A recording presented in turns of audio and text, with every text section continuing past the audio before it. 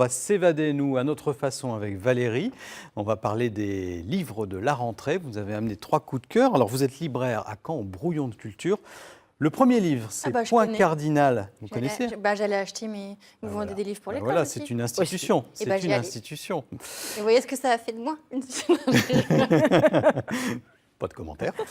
Point Cardinal de Léonore de Recondo. Alors, c'est l'histoire d'un père de famille qui va annoncer, sujet pas facile, qui va annoncer à son entourage qu'il a envie de devenir une femme.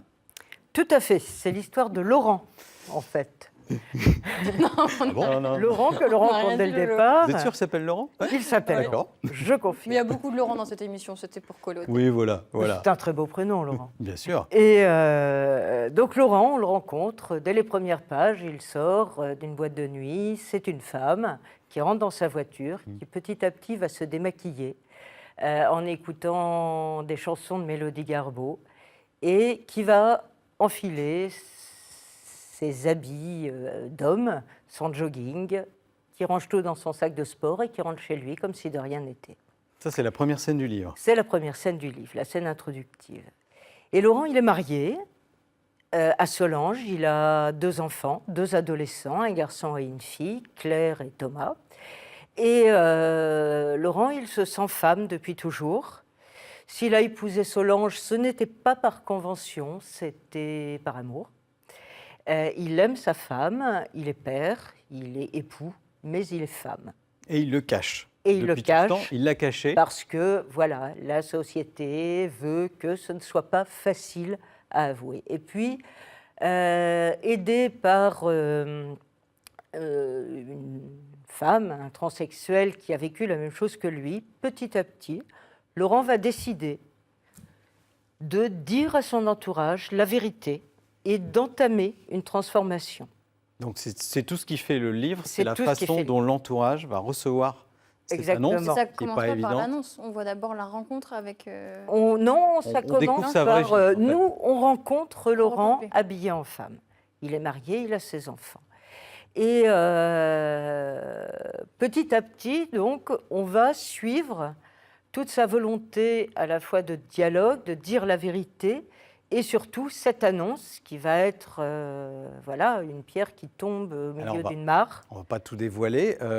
Ça, c'est un livre qui vous a beaucoup plu. C'est un livre qui m'a énormément plu, d'abord parce que c'est Léonore de Recondo, elle en est à son 5e roman, c'est quelqu'un qui écrit, qui a une plume très belle, très sensible.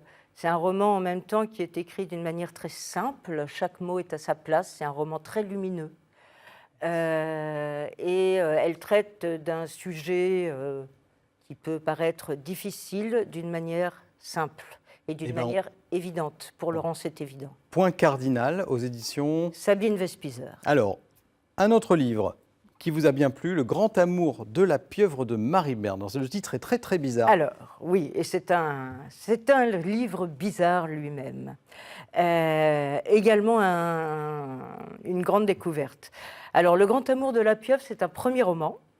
Marie Berne est une jeune femme et ça évoque, entre autres, mais ce n'est pas son seul mérite, Jean Painlevé, qui était un biologiste et qui a été un des premiers à faire des documentaires dans les années 30. Comme le commandant Cousteau, mais avant. Voilà, un commandant Cousteau des années 20.